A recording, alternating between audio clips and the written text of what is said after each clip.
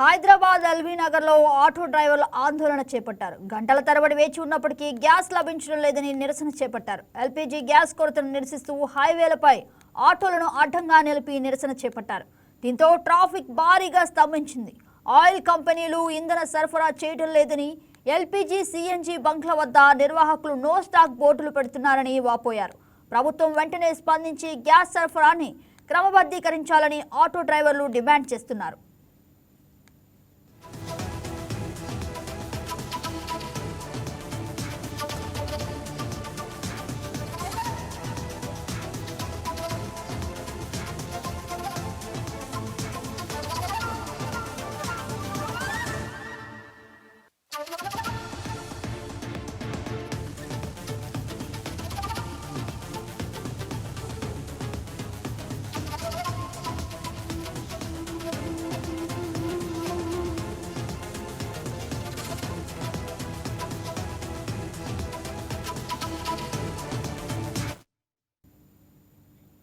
Breaking news చూస్తున్నాం. Hyderabad LB Nagar లో auto డ్రైవర్లు ఆందోళన చేపట్టారు. గంటల తరబడి వేచి ఉన్నప్పటికీ గ్యాస్ లభించడం లేదని నిరసన వ్యక్తం చేశారు. ఎల్పీజీ గ్యాస్ కొరతను నిరసిస్తూ హైవేలపై ఆటోలను అడ్డంగా నిలిపి నిరసన చేపట్టారు.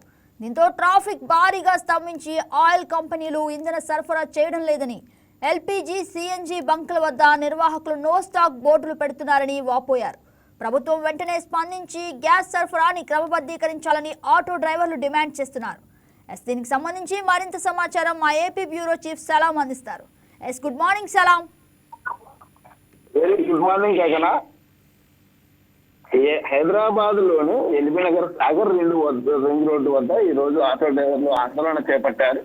అంటే సాధారణంగా ఇరాన్ ఇజ్రాయెల్ రెండు దేశాల మధ్య యుద్ధ వాతావరణం ఏర్పడిన సమయం అండి గ్యాస్ సిలిండర్ అంటే దేశవ్యాప్తంగా గ్యాస్ సిలిండర్ల కొరత లేకుండా కేంద్రం అన్ని చర్యలు తీసుకుంటుంది. కానీ అక్కడక్కడ కృత్రిమంగా ఏర్పడేటటువంటి కొరతతో కాస్త వినియోగదారులకు ఇబ్బందులు ఎదుర్కొంటున్నారు.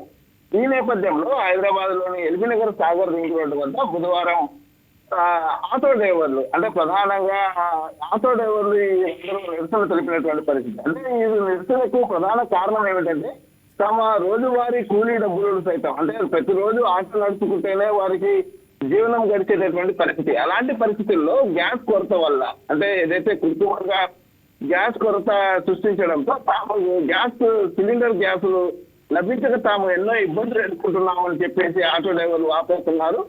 గంటల తరబడి అంటే రోజుల తరబడి రోజు ఆటోకు వెళ్ళి జీవనోపాధి గడుపుకునే వారు కూలీ డబ్బులు కూడా లేక దాదాపు గంటల తరబడి గ్యాస్ కోసము ఏదైతే ఏజెన్సీల వద్ద వేచి ఉండాల్సినటువంటి పరిస్థితి ఏర్పడుతుంది. తమ ఉపాధి కోల్పోతున్నాము. అదేవిధంగా చివరికి సిలిండర్ గ్యాస్ కూడా ఎల్పీజీ గ్యాస్ కూడా లభించక తాము ఎన్నో ఇబ్బందులు ఎదుర్కొంటున్నామని చెప్పేసి ఆటో డ్రైవర్లు సైతం నిరసనలు కోరుతున్నారు. అయితే ఈ నేపథ్యంలో ఏదైతే రింగ్ రోడ్డు వద్ద సాగర్ రింగ్ రోడ్డు వద్ద హైవేపై పెద్ద ఎత్తున ఆటోలను నిలిపివేసి వారు తమ నిరసన వ్యక్తం చేస్తున్నారు. అంటే అధికారులు అదేవిధంగా ప్రభుత్వము తమ సమస్యను పరిష్కరించేందుకు ఇప్పటికైనా చర్యలు తీసుకోవాలని చెప్పేసి వారు కోరుతున్నారు. గ్యాస్ సరఫరాను క్రమబద్ధీకరించాలని కూడా డిమాండ్ చేస్తున్నారు.